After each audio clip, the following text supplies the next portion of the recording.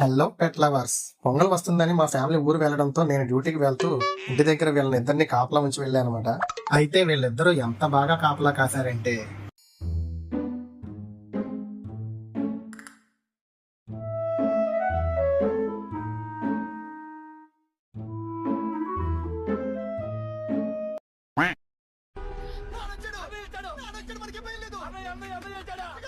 ఇక నేను ఇంటికి రాగానే వాళ్ళ నిద్ర కంప్లీట్ అయిపోతుంది. సో వెంటనే వాళ్ళ లంచ్ టైం అయిందని నాకు గుర్తు చేస్తాడు అనమాట.